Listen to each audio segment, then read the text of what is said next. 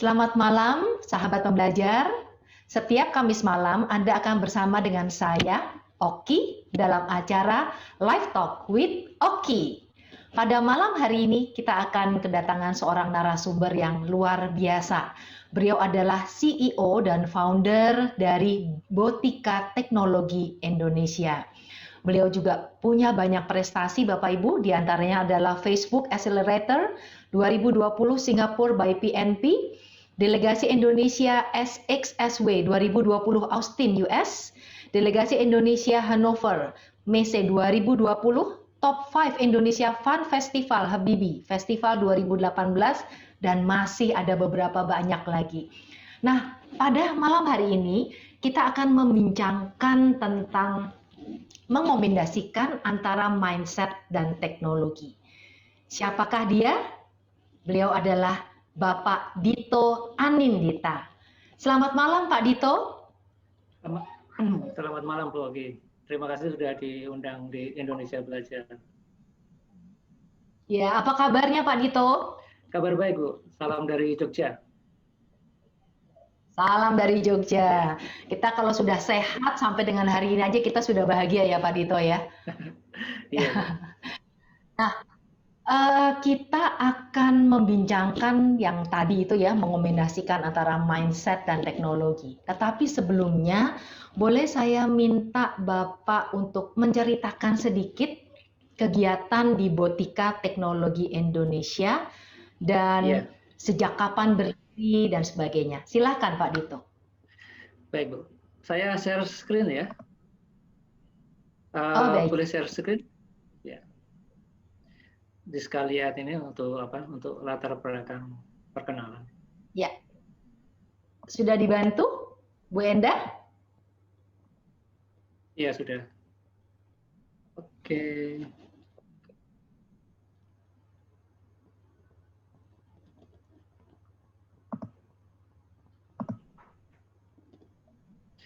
Iya sudah kelihatan ya. Ya sudah terlihat Pak. Ya, selamat malam Bapak, Ibu, dan saudara sekalian. Saya Dito Anindita. Saya asalnya dari Yogyakarta. Saat ini saya punya satu perusahaan di bidang artificial intelligence, itu namanya Botika. Botika itu mungkin agak asing ya kalau di telinga Indonesia ya, tapi asal katanya itu dari robotika. RO-nya kita potong karena kita nggak di bidang hardware-nya atau perangkat kerasnya, kita hanya di bidang software-nya saja. Jadi tinggal kata botikanya aja. Kita bergerak di bidang artificial intelligence.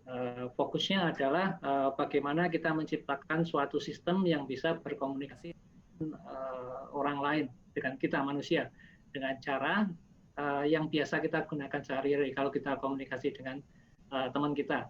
Jadi kalau kita ngobrol atau komunikasi dengan orang kan pakainya kalimat-kalimat yang tidak baku, tidak standar. Nah ini kita berada di bidang itu. Kita buat satu sistem yang dia berusaha mengerti apa yang kita inginkan dengan cara apapun, cara penyampaian apapun. Nah kita itu berdiri tahun 2017, jadi sekitar 4 tahun yang lalu. Didirikan oleh 5 orang, termasuk saya. Saat ini kita punya klien di banyak negara, tidak hanya di Indonesia saja, tapi ada di Malaysia, Singapura, sampai ke Rusia. Klien-klien kita menggunakan sistem kita untuk menangani customer mereka. Jadi sistem yang kita bikin ini biasanya digunakan untuk menangani customer service. Kenapa kita bikin sistem ini? Karena kita lihat sekarang orang itu apa-apa pakai internet. Jadi ngobrol pakai internet, pakai chatting, terus pakai sosial media. Jadi hampir tidak ada kegiatan sehari-hari yang tidak terhubung dengan internet. Nah kegiatannya ini itu kan tidak hanya untuk kegiatan misalnya komunikasi sehari-hari, tapi sudah sampai ke kegiatan bisnis. Misalnya sekarang kita sering beli barang lewat marketplace, atau kalau misalnya ada teman yang jualan online, kita biasanya ordernya kalau nggak ke Instagram, by WhatsApp. Nah, untuk perusahaan kecil menengah itu masih gampang karena customer-nya itu masih bisa dihandle lah, bisa dihandle sendiri. Cuma kalau sudah mulai besar, perusahaannya mulai besar, handle customer dengan cara ini tuh susah karena harus satu-satu balas. Kadang ada yang balasnya bisa cepat, kadang karena keterbatasan orang balasnya bisa besok harinya. Nah ini biasanya bikin lawan bicaranya atau customernya itu merasa bete karena kok saya tanya kok nggak dijawab. Nah ini muncullah satu sistem yang kita buat. Jadi namanya chatbot. Itu sistem yang bisa berinteraksi secara otomatis melalui media sosial media, termasuk chatting. Ini digunakan tidak hanya di toko online, tapi juga untuk bidang-bidang lain seperti perbankan, terus asuransi, human resource, dan masih banyak lainnya. Terus kita punya juga yang namanya omni-channel. Omni-channel ini kan, jadi kalau kita punya sistem, dia sistemnya jawab otomatis, itu dia ada keterbatasannya. Jadi pertanyaan-pertanyaan yang kompleks itu biasanya tidak bisa dijawab oleh sistem. Misalnya kalau kita beli barang, kalau cuma tanya harga itu kan simple, bisa langsung dijawab oleh sistem. Kalau pertanyaannya kompleks itu susah. Misalnya seperti ini, ada customer yang mengeluh, misalnya kemarin saya beli barang harganya 100.000. Sudah dikirim pakai tiki JNE, sudah sampai ke rumah saya. Tapi setelah saya buka, ternyata kok barangnya beda. Nah, ini kan pertanyaannya sudah kompleks. Dari kalimat tersebut kita harus mendeteksi apakah dia bertanya tentang transaksi, beli barang 100.000, atau masalah pengiriman, sudah dikirim pakai tiki JNE, atau masalah kepuasan pelanggan, barangnya rusak. Nah, ini sudah kompleks. Nah, biasanya sistem kalau sudah harus menangani seperti ini, dia akan mengalihkan ke human operator, ke admin. Jadi adminnya yang akan handle untuk pembicaraan selanjutnya. Nah, ini namanya pakai Omnibotica. Terus ada satu lagi sebelum saya kembalikan ke Bu Oki. Jadi ada satu lagi namanya Voicebotica. Jadi kalau yang chatbot tadi itu interaksinya pakai teks, nah Voicebotica ini pakai suara. Jadi sekarang sudah bisa menangani kalau customer-nya itu kontak kita melalui telepon atau melalui smart speaker atau melalui apps. Kira-kira seperti itu perusahaan yang saya punya, Botika. Mungkin dari Bu Oki bisa ada tanggapan. Ya Pak, menarik sekali ya. Dari tadi beberapa produk Bapak, yang paling banyak digunakan itu yang mana Pak? Yang paling banyak permintaannya? Chatbot sama Omnibotica. Ya, karena rata-rata customer itu ada dua macam. Jadi yang orang-orang yang masih anak muda itu biasanya lebih suka speed ya, kecepatan. Jadi dia tidak peduli dia ngomong sama siapa, yang penting masalahnya selesai. Cuma kalau yang ada juga yang customer tipe masih lama, kebiasaan lama. Jadi dia masih seneng kalau ngobrolnya sama orang. Jadi kalau dia mau protes itu dia puas ngomongnya itu. Kalau cuma pakai chatting kan kadang komplainnya nggak puas. Cuma pakai huruf Ya, besar. komplainnya nggak bisa maksimal gitu ya Pak ya. Oke.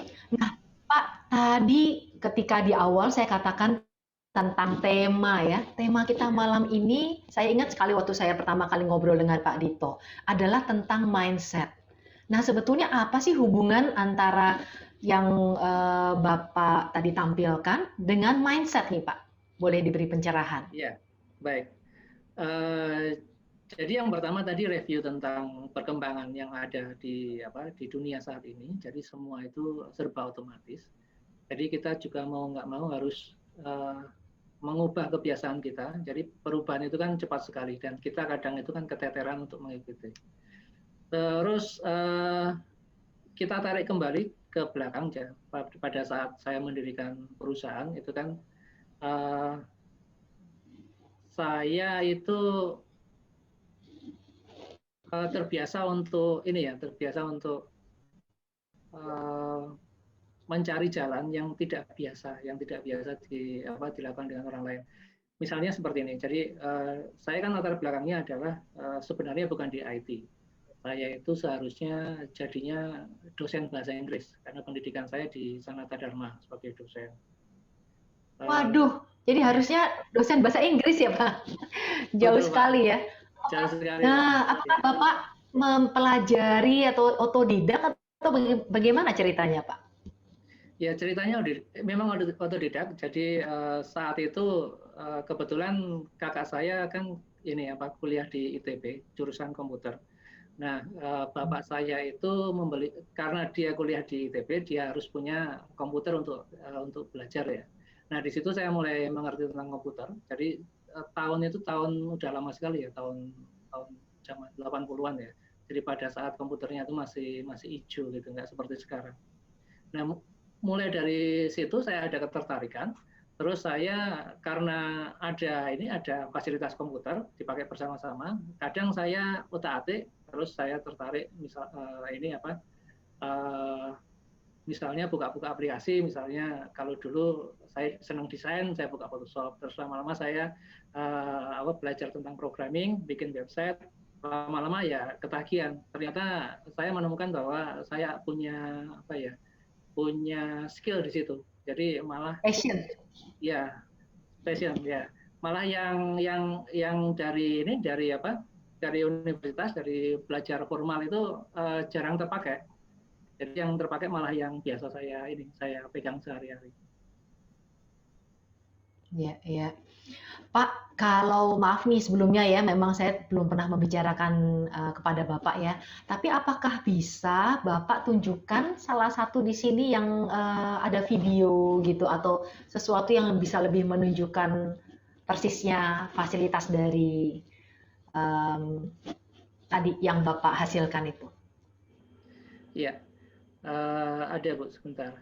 Saya siapkan dulu. Oh ya, silakan nih sembari Pak Dito menyiapkan karena sebelumnya saya tidak meminta ya mungkin beliau harus mencari. Mungkin Bapak Ibu dari apa keterangan-keterangan yang sudah diutarakan ada pertanyaan dulu?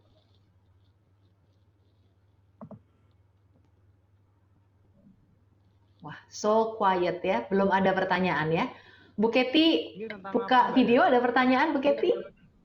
Enggak sih, Bu. Lagi meresapi dulu adaptasi karena beda zaman. Sapi. Tapi sangat menarik. Sangat menarik. Karena tadi dibicarakan ini kayaknya ini memang mau gerak cepat. Jadi nggak perlu yang namanya enak atau enggak bahasanya. Yang penting masalah selesai gitu. Nah, cuman cara kerjanya saya masih belum belum paham gitu, Pak. Iya, iya. Mungkin dengan video ya kita bisa akan lebih memahami ya. Ya, cuma sangat menarik.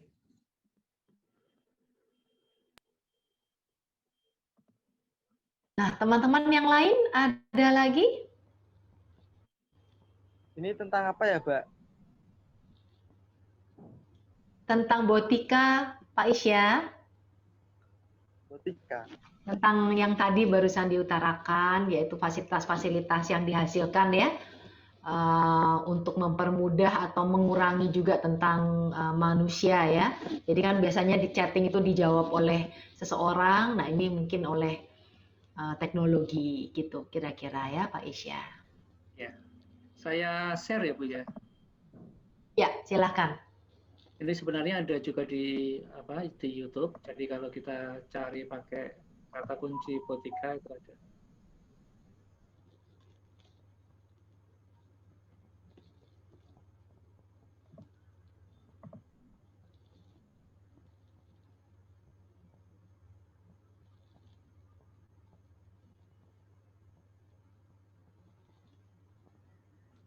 Suaranya nggak terlalu jelas ya.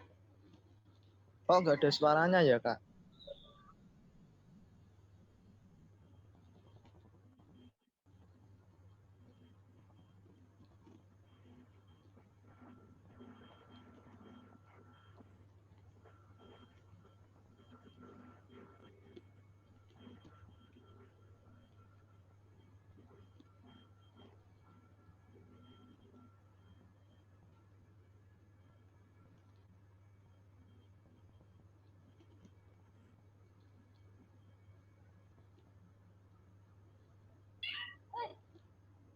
Nah, ini Bapak Ibu ya bisa dilihat Jadi kata-kata yang di sana itu sudah dapat dijawab ya secara langsung lewat ini.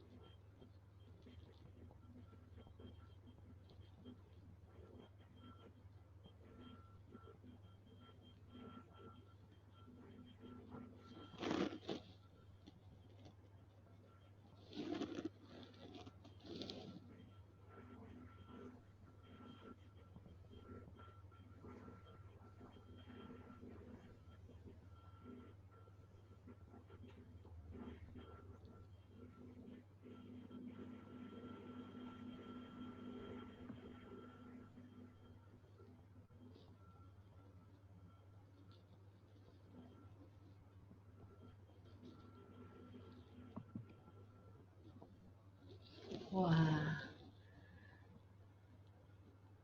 Itu salah satu dari produk iya. kita. Jadi untuk customer service sistemnya bisa jawab otomatis, bisa tandem dengan admin juga. Ini dipakai untuk perusahaan besar juga perusahaan kecil juga bisa. Tadi juga saya lihat tentang kita juga ada memberikan perintah suara gitu ya Pak Dito ya. Iya betul. Itu pakai teknologi voice. Bisa mengenali dalam bahasa Inggris, bahasa Indonesia juga bisa. Oke. Nah Pak Dito, kembali lagi tadi untuk pertanyaan saya di awal ya. Tadi Bapak kan kita bicara sudah teknologi. Sebetulnya apa sih kaitan mindset dengan teknologi?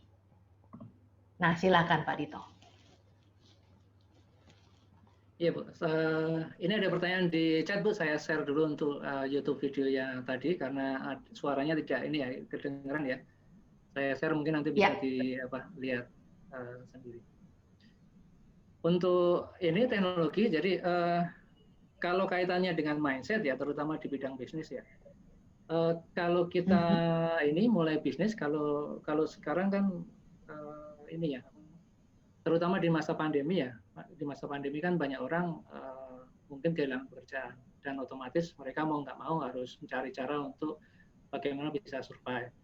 Salah satu caranya adalah dengan berwirausaha. Nah, untuk mindset itu kan biasanya orang yang terbiasa bekerja untuk orang lain, untuk perusahaan, itu biasanya kalau ingin terjun membuka usaha sendiri itu kan biasanya dia punya apa ya istilahnya ya, punya blocking mental ya. Kayak misalnya saya belum pengalaman, saya tidak punya modal, terus cara mulainya seperti apa. Nah, sebenarnya hal-hal seperti ini kalau di zaman sekarang, di zaman yang serba teknologi, itu sebenarnya tidak perlu lagi karena untuk masuk ke dunia wirausaha, untuk berbisnis itu sebenarnya sangat mudah. Nggak usah jauh-jauh kita bikin perusahaan besar ya, kita bikin usaha yang kecil-kecilan misalnya jualan jasa atau jualan barang atau jualan makanan itu kan sudah gampang sekali. Kan tinggal daftar di Tokopedia atau Shopee atau misalnya buka outlet di GrabFood atau Gojek ya. Itu sudah bisa. Dan biaya untuk membuka bisnis seperti ini itu sangat murah. Jadi kalau tadi mindsetnya adalah saya nggak bisa usaha karena saya nggak punya modal, itu sebenarnya saat ini nggak bisa berlaku karena untuk buka lapak, buka outlet itu sangat mudah. Karena tinggal register aja, luangkan waktu misalnya 15 menit, itu sudah jadi. Kita bandingkan kalau misalnya zaman dulu zaman yang teknologi itu belum maju, zaman tidak semua orang itu punya komputer, tidak semua orang punya handphone. Untuk buka usaha misalnya katakanlah buka rumah makan. Itu kan paling enggak kita harus punya lokasi. Jadi lokasinya katakanlah kita harus sewa tempat. Kalau kecil-kecilan pun juga itu 1 bulan sudah bisa menghasilkan harus mengeluarkan biaya yang tidak sedikit ya, 1 jutaan seperti itu. Itu belum untuk hal-hal lain, misalnya promosi. Kalau zaman dulu kita cetak brosur terus pasang iklan di koran, itu kan semua pakai uang. Kalau sekarang zaman internet kita tinggal posting sering-sering aja di sosial media kita add teman-teman kita, terus kita promo di sana. Itu kalau dibandingkan dengan biaya yang kita keluarkan dengan beriklan di koran, itu jaraknya jauh sekali. Lalu ada juga jauh lebih murah ya. Iya, jauh itu sudah nggak bisa dibandingkan lagi karena jauh sekali. Terus teknologi seperti search engine, seperti Google, itu kan bisa kita gunakan untuk mencari tahu segala hal. YouTube juga. Seperti saat ini kita bicara di Indonesia Belajar, itu kan juga sama. Jadi kita bisa cari pengalaman atau tukar ilmu atau cari sesuatu yang baru yang kita butuhkan untuk kita bisa memulai usaha. Bandingkan misalnya zaman dulu yang semua itu serba offline. Untuk cari tahu sesuatu kita harus kursus misalnya, atau paling enggak kita beli buku di Gramedia, kita belajar dari sana. Nah, prosesnya kan istilahnya lama ya, makan waktu dan biaya. Kalau sekarang enggak, tinggal kita rajin-rajin aja. Nah, untuk ke situ itu biasanya kalau pengalaman saya itu yang menjadi hambatan adalah personnya sendiri. Jadi kalau dia pengen belajar sesuatu yang baru, biasanya dia mengatakan pada dirinya, aku nggak bisa, kita nggak bisa, kita nggak punya waktu dan lain-lain. Nah, di situ sebenarnya yang hambatan terbesar dari orang untuk bisa maju sebenarnya bukan dari luar, tapi malah dari dirinya sendiri. Nah, Pak, kalau dari apa yang sudah Bapak lakukan ya sampai dengan saat ini ya, sebetulnya apa cita-cita yang masih belum terlaksana nih, Pak? Secara personal atau secara apa, Bu? Secara perusahaan mungkin punya satu impian lain yang lebih yang lebih besar, atau secara personal juga boleh dengan seorang Dito, itu bagaimana? Kalau secara perusahaan sebenarnya intinya itu adalah bagaimana kita bisa melayani banyak orang. Jadi dulu saya sering lihat acaranya Pak Mario Teguh. Jadi dia pakai bahasa yang sedikit berbeda. Kalau beliau bilangnya jadilah pribadi yang berguna bagi orang banyak. Nah, itu sebenarnya kalau bahasa bisnisnya adalah punyalah sesuatu yang bisa memecahkan problem orang banyak. Nah, di situ nanti otomatis bisnisnya akan berkembang. Nah, lalu kaitannya sama perusahaan yang saat ini saya kembangkan, Botika. Perusahaan itu kan bergerak di bidang artificial intelligence. Nah, goal-nya yang ingin kita capai adalah kita bisa membuat satu sistem yang bisa menjadi asisten kita. Jadi kita kan semakin lama semakin sibuk. Biasanya kita butuh orang untuk jadi admin kita. Nah, ini suatu saat pasti akan bisa diotomatisasi dengan sistem tadi.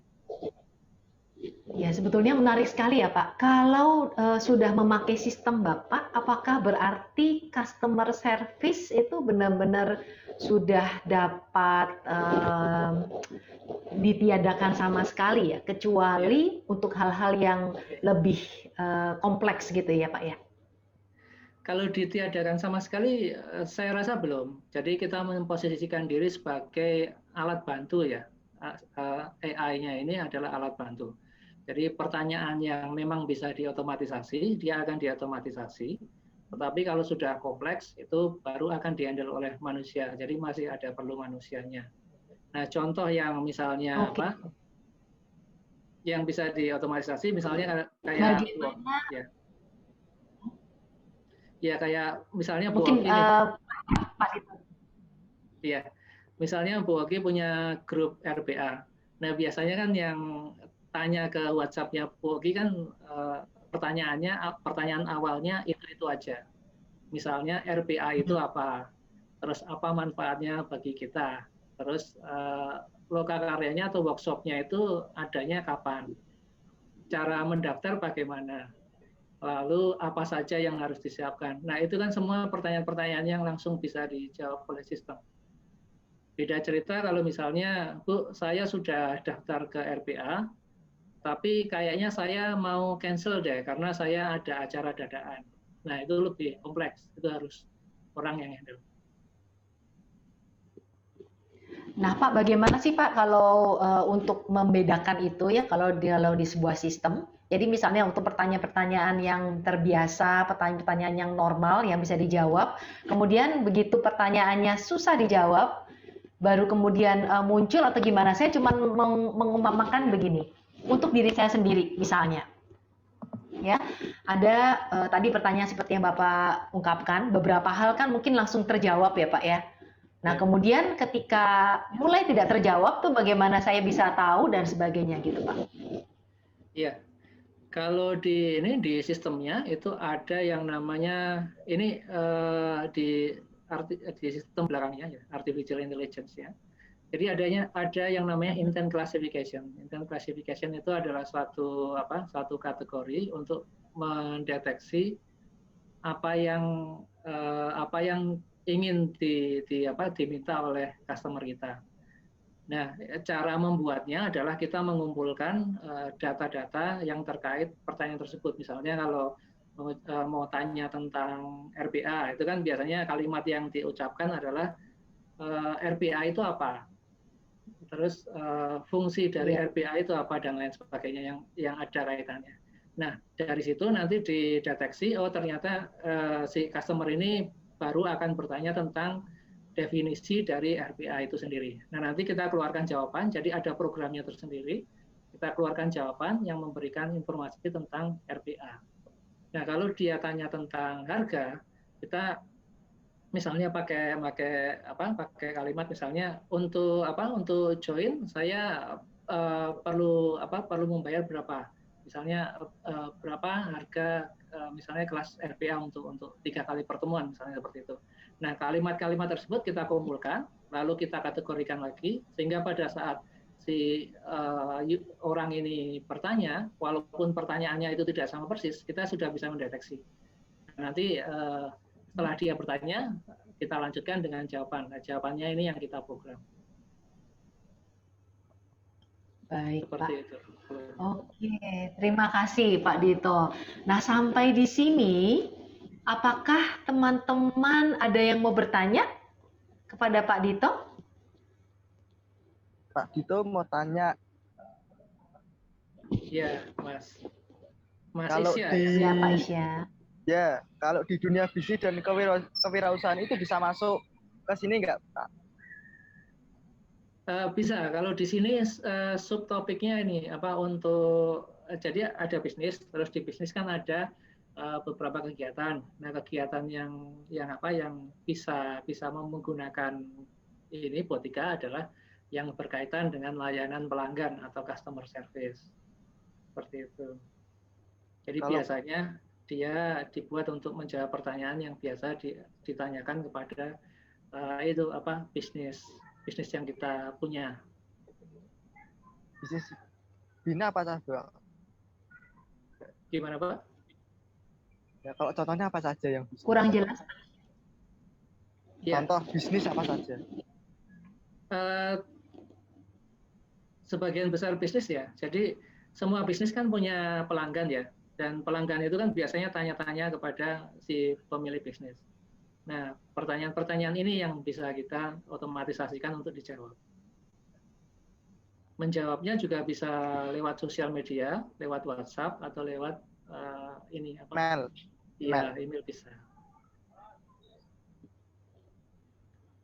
Nah, Pak Dito sampai saat ini yang banyak menggunakan itu produk Bapak itu kira-kira dari apa Pak? Apakah toko online ataukah perusahaan apa gitu?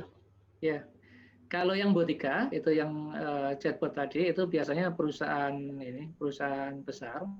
Jadi kita ada klien dari banyak tempat. Contohnya itu ada XL, ada Lipo, terus ada Bank Indonesia, Sinarmas, lain-lain. Biasanya ini perusahaan-perusahaan yang memang membutuhkan sistem yang untuk bisa melayani pelanggan secara otomatis karena pelanggan mereka sudah banyak sekali. Terus ada juga banyak ya Pak ya?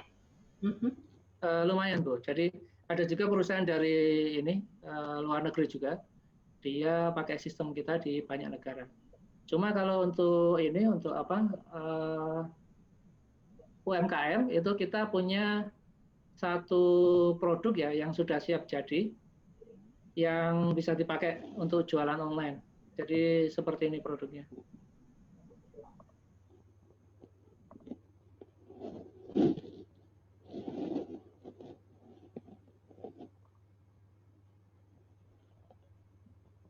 Namanya Chatbot e-commerce. Chatbot e-commerce. Ya. Jadi dia fokusnya untuk melayani pelanggan sama, cuma ini sudah siap jadi. Dia sudah bisa di-download di Play Store.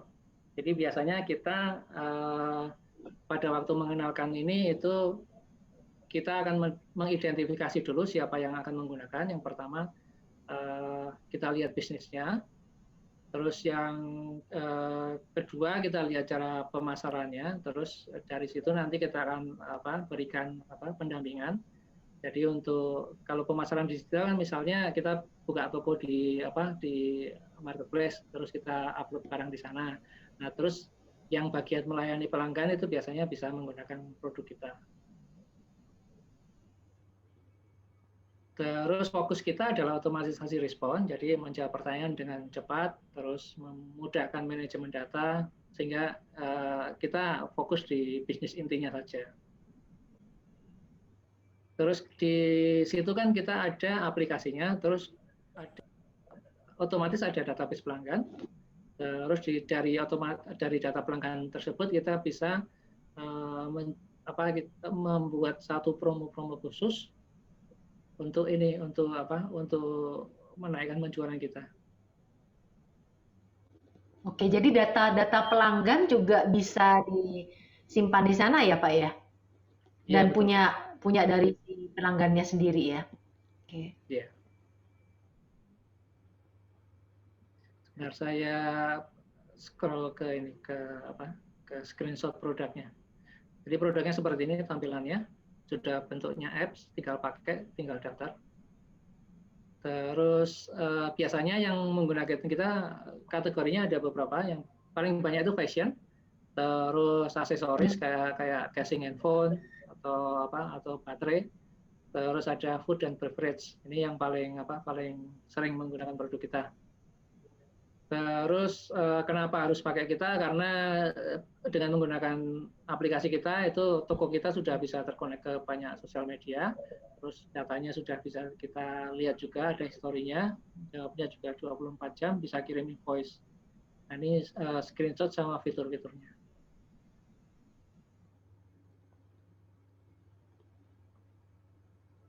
Wow, ya. Udah cukup lengkap sebetulnya ya Pak ya. Kalau untuk memulai sebuah bisnis awal dengan aplikasi seperti ini sudah rasanya lumayan teratasi beberapa hal ya Pak ya. Ya, kalau untuk jualan online itu lebih gampang kalau pakai ini. Jadi selama kita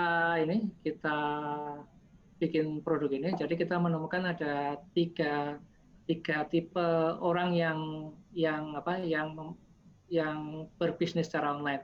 Yang pertama adalah orang-orang yang baru saja mulai, jadi biasanya mereka nggak tahu langkah apa yang harus dilakukan, upload produknya bagaimana, terus kemana saja, itu mereka belum tahu, jadi itu kategori pertama.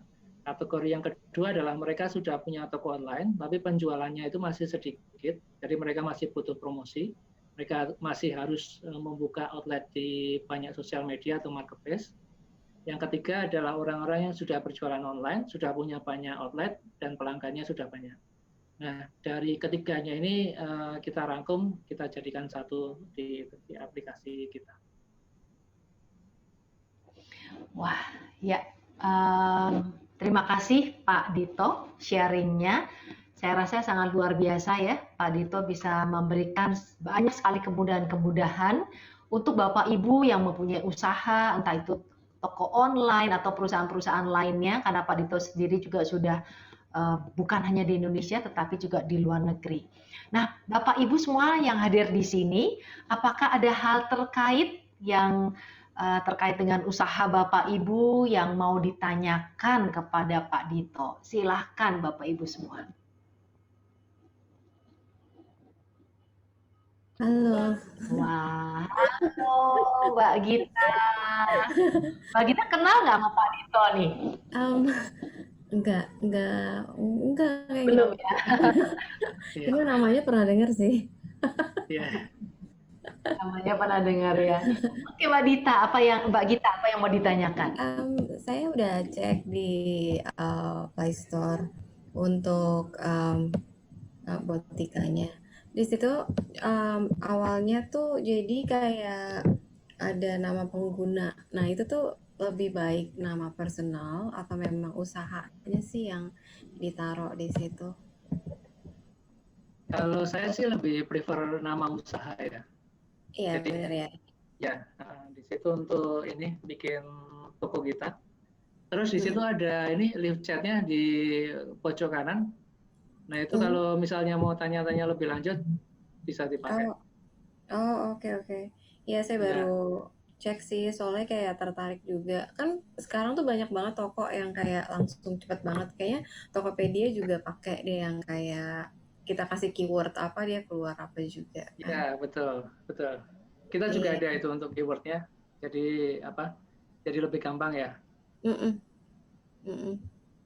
Iya, mau coba juga sih. Maksudnya waktu itu saya pernah lihat iklannya Widya itu, juga tertarik juga sempat share video YouTube-nya ke teman-teman gitu. Terus, tapi nggak ngerti kalau Widya itu. Wicara ya. Iya benar, itu oke sih.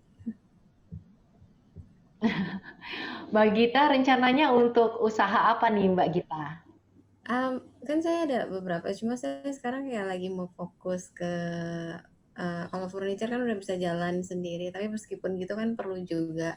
Tapi kayak sekarang yang agak kurang penjualannya tuh mungkin di ininya ya, di beverage, di minumannya. Jadi kayaknya saya mau coba buat ngerapihin si toko minumannya. Toko minumannya. Kopi ya Mbak? Iya, kopi aja sih. Ya. Kopi dan teh hijau waktu itu Mbak Gita? Iya benar, matcha. Matcha. Oke. Ada lagi Mbak Gita yang mau ditanyakan? Udah sih sementara itu dulu, kayak saya mau ini apa maksudnya mau buka sih aplikasinya, mau cek terus ya, mungkin yang lain ada pertanyaan. Terima kasih sebelumnya udah dijawab. Terima kasih Mbak Gita. Mbak Gita. Pak Sunu, apakah ada hal yang mau ditanyakan Pak Sunu? Chat Botika itu apa ya, Kak Dito? Kalau boleh tahu. Iya, Pak Sunu silahkan. Ya, terima kasih Bu Oki. Sebetulnya saya perlu baca dulu, buka dulu YouTube yang tadi itu ya. Karena ya pertanyaan secara akademis mungkin misalnya AI itu kan sangat luas ya ruang lingkup. Tadi sempat disinggung misalnya arahnya adalah menjadikan AI atau produknya Pak Dito ini sebagai asisten gitu. Tapi yang dibahas barusan ini kan terbatas pada teks dan speech ya, dan sebaliknya gitu.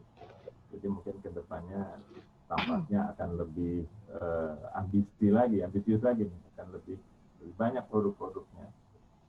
Yang kedua tentu saja kalau kita memerlukan itu kemana dan lain-lain, tapi itu saya kira nanti perlu dilihat di websitenya dulu atau di apa? Ya, di website atau di Play Store-nya ya, Di Pak. Play Store. Oh, Ya, ya. betul sekali Bu. Tapi ini menarik. Ya Pak, terima kasih atas responnya. Memang benar ini AI-nya itu apa istilahnya, ruang lingkupnya sangat luas ya, dan memang misi kita itu memang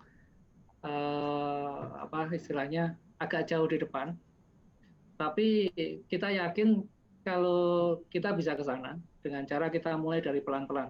Kenapa kita yakin bisa kita bisa ke sana? Karena kita punya roadmap-nya. Yang pertama adalah kita mengembangkan chatbot-nya, karena interaksi dengan komputernya, dengan AI itu yang paling gampang itu pakai komunikasi berbasis teks dulu. Setelah itu, setelah kita punya engine untuk asisten yang bisa menjawab dengan menggunakan komunikasi berbasis teks, kita tingkatkan lagi dengan cara kita membuat asisten ini bisa mengenali suara. Jadi kita mendevelop teknologi suara. Yang pertama adalah speech to text. Jadi ini satu sistem yang bisa menerjemahkan audio ke bentuk teks, sehingga nanti dari teks ini bisa kita olah untuk lebih lanjut. Nah, setelah kita olah untuk lebih lanjut, itu jawabannya itu juga karena tadi dia ngomongnya pakai suara, berarti kan jawabannya diharapkan juga dalam bentuk suara. Nah, ini ada satu sistem lagi yang kita develop, yaitu text to speech. Jadi dari kalimat nanti kita convert menjadi suara. Jadi suaranya sudah bisa terdengar oleh orang yang mengajak bicara tadi.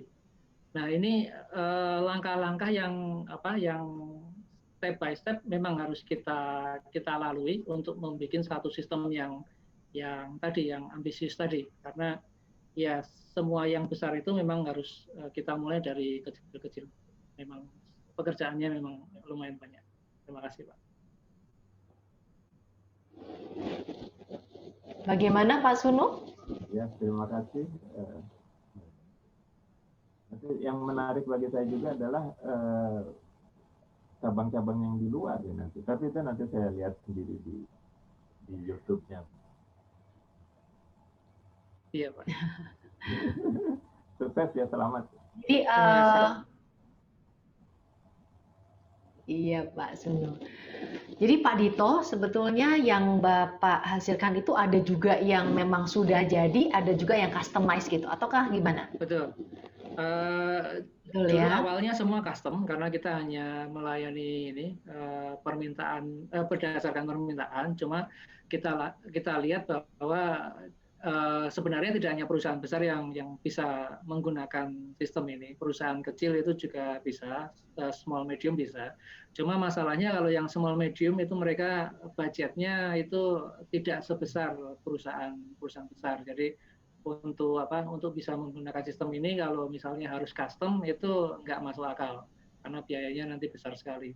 Nah, dari situ kita ciptakan satu app yang dia itu sudah kita buat supaya dia bisa menjawab yang sebagian besar itu ditanyakan oleh customer. Jadi sudah sebagian besar sudah bisa dilayani seperti itu. Oke, baik Pak Dito. Pak, sebagai di penghujung acara ini ya, saya ingin bertanya dari beberapa perlombaan yang waktu itu Bapak pernah ikuti dan kemudian juga menang dan sebagainya. Boleh Bapak sebutkan satu atau dua yang paling berkesan buat Bapak dan apa sebetulnya yang dipertandingkan pada waktu itu, Pak? Iya, sebentar Bu, saya pilih-pilih dulu ya. Sebenarnya yang terkesan yang ini, yang di Jakarta dengan Telkomsel ya, The Next Step. Jadi latar belakang saya itu kan lebih banyak di Jogja. Jadi orang Jogja itu kalau memandang Jakarta itu kayak bedanya jauh sekali. Jadi Jakarta seperti kota kecil, Jakarta itu kota metropolitan ya. Terus pada waktu itu kan perusahaan kita juga baru ada 5 orang, tidak ada pegawai. Jadi semuanya founder. Kita juga tidak digaji, tidak dibayar, kita mulai dari nol. Pada waktu itu kita cuma punya ide dan sistem yang belum 100% jadi. Tetapi saat itu kita yakin bahwa ini sistemnya bisa bagus. Kalau misalnya kita bisa pasarkan di luar wilayah Jogja ya, karena ini bisa dipakai di manapun, termasuk di luar negeri. Terus cara pembuktiannya adalah kita ikut lomba. Jadi kita bisa, kalau kita bikin sendiri kan kita pasti mikir bahwa apa yang kita buat itu kan pasti bagus ya. Belum tentu orang lain memandang seperti itu. Ya. Nah, dengan ikut lomba kita pengen lihat nih, pengen ngaca. Jadi sebenarnya orang lain tuh kalau lihat kita itu seperti apa. Dan waktu itu kita masuk lomba yang skalanya itu nasional. Semua yang bergerak di bidang teknologi itu masuk ke situ. Dan saingan kita itu juga bukan saingan biasa, tapi orang-orang yang memang sudah pengalaman di bidang itu. Nah, pas itu kita menang. Nah, itu sangat membahagiakan bagi kami karena eventnya juga bagus, yang mengadakan lomba juga perusahaan yang terkenal, liputannya juga banyak diliput di media massa. Itu membuat kita semakin yakin bahwa kita itu sebenarnya bisa. Jadi sekali lagi apa yang menghambat kita untuk ke depan itu sebenarnya bukan dari luar, tapi dari kita sendiri. Bagaimana kita bisa mau untuk melangkah, untuk mencoba, membuktikan bahwa kita itu juga bisa. Nah, apa itu Pak yang dimenangkan? Apa yang dipertandingkan pada waktu itu Pak? Jadi itu lomba startup, jadi lomba perusahaan startup yang baru mulai. Jadi yang dilombakan adalah yang pertama adalah ide, terus yang kedua adalah teknologi, dan yang terakhir adalah market fit-nya. Jadi market fit itu semacam apakah produk ini itu memang dibutuhkan oleh pasar atau tidak. Nah, yang terakhir menarik nih Pak. Bagaimana waktu itu Bapak memenangkannya? Ya kita yang apakah satu produk ini akan diterima oleh pasar atau tidak? Itu gimana Pak? Iya. Sebenarnya kalau rumus yang biasa saya pakai ya. Jadi saya suka yang simpel-simpel aja. Memang ada banyak teknik atau metode untuk mencari tahu sebuah produk itu bakal laris atau tidak di pasaran. Cuma kalau saya itu lebih seneng trial dan error. Jadi kalau pengalaman saya, kalau kita bikin produk berdasarkan satu ide, biasanya kita bikin versi kecilnya dulu, versi sederhananya. Pada waktu versi sederhana itu kita kenalkan ke orang, misalnya kita tawarkan ke orang tertentu dan dia tertarik, terus tanpa kita harus ngobrol secara marketing panjang lebar, tapi dia yang malah nanya, nah itu satu tanda-tanda bahwa produk itu berhasil. Terus yang kedua yang penting lagi adalah dia mau bayar.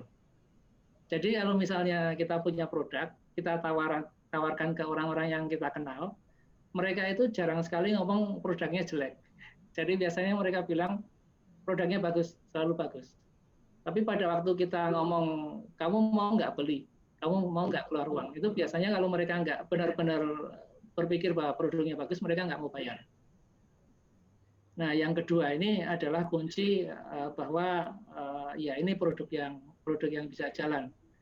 Terus yang ketiga itu traction. Traction itu adalah naiknya permintaan atas produk tersebut.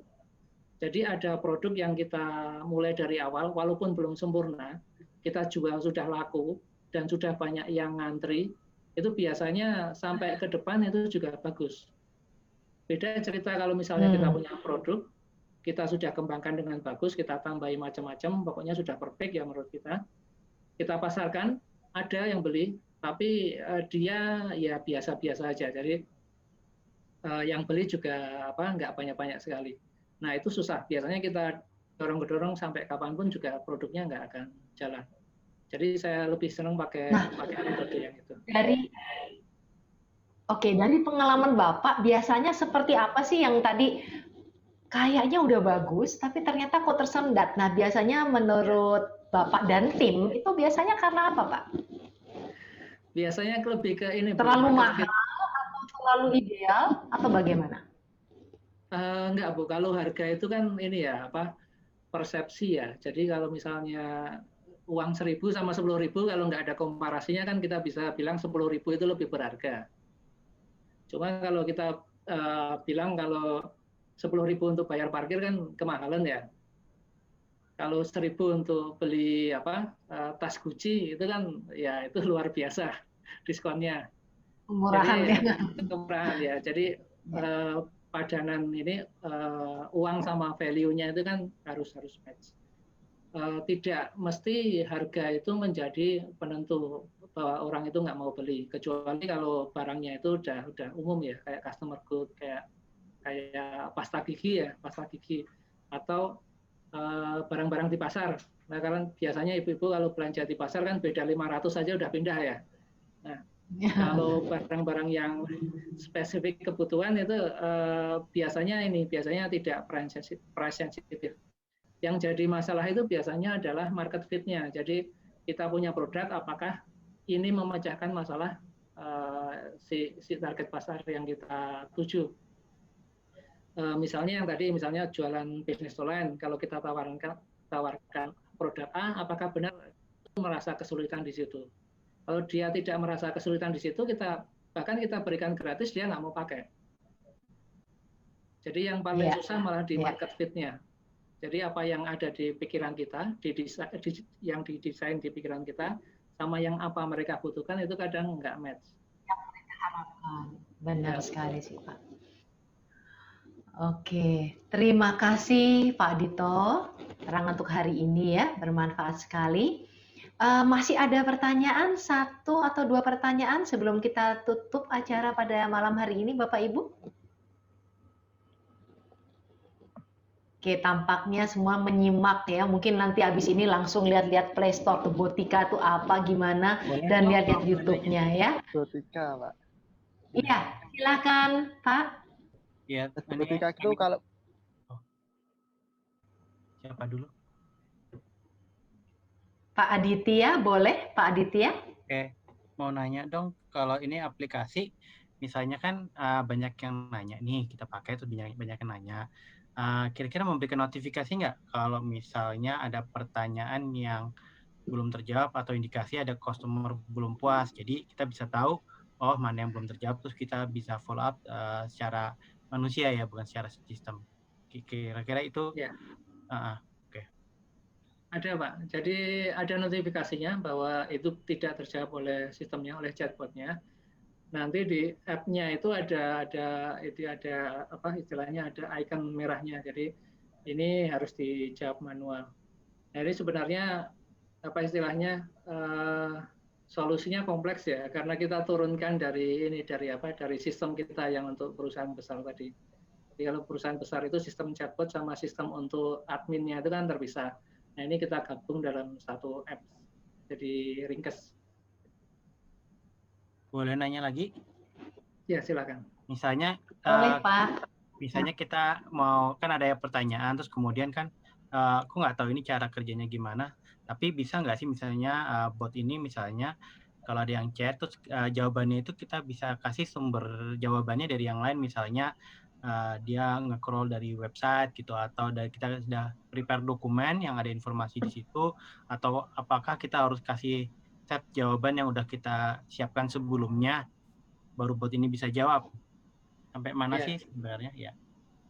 Kalau di ini chat Botikanya karena itu versi kecil, jadi yang bisa dilakukan adalah kita mendefinisikan jawaban yang biasa kita berikan ke customer. Jadi nanti dibikinkan shortcut.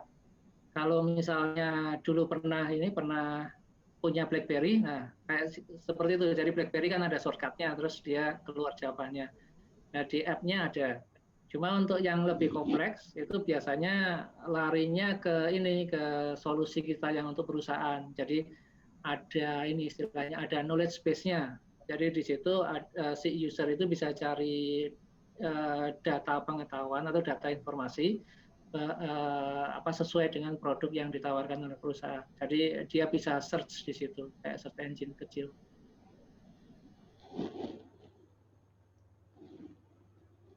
Menjawab Pak Aditya? Ya, jawab. Terima kasih Mas Dito. Oke. Sama-sama. Oke, terima kasih. Pak Dito, terima kasih atas sharingnya pada malam hari ini. Paling tidak ini bisa membuka wawasan kita bahwa kita kalau mau berusaha ya untuk Bapak Ibu semua mungkin yang baru mau memulai usaha atau mempunyai suatu usaha tetapi belum jalan cukup bagus atau ingin supaya lebih maju lagi, kita bisa dapat bantuan dari sebuah aplikasi dan kemudian mungkin bisa hubungi Pak Dito apabila Bapak Ibu butuh sesuatu yang lebih lanjut. Nah, pada malam hari ini kita ingin Pak Dito mengucapkan 1 atau 2 kalimat untuk penyemangat untuk kita semua yang hadir pada malam hari ini, Pak Dito. Sebagai penutup, silahkan. Ya, terima kasih Bu Oki. Jadi di masa sekarang ini, khususnya di masa pandemi, memang banyak hal yang terjadi yang memberatkan kita, khususnya dari sisi pekerjaan kita. Tapi dengan adanya teknologi, saya yakin bahwa kita bisa melewati semua ini, asalkan kita mau untuk selalu maju. Terima kasih. Jauh dipermudah ya Pak. Betul. Oke, terima kasih Pak Dito. Kita akan foto bersama ya, nanti dibantu oleh Mas Dio ya. Nah, Mbak Gita udah buka kameranya ya. Mas Dio bisa dibantu tuh foto bersamanya? Saya bisa bantu. Oke. Oh, Pak Dewa. Terima kasih Pak Dewa. Kepada Bapak Ibu semua yang kebetulan ada di depan komputer, silakan buka kameranya ya. Ya. Silakan buka kamera, saya foto 1 kali. 1, 2, 3. Oke, sekali lagi sebentar, saya cetak dulu.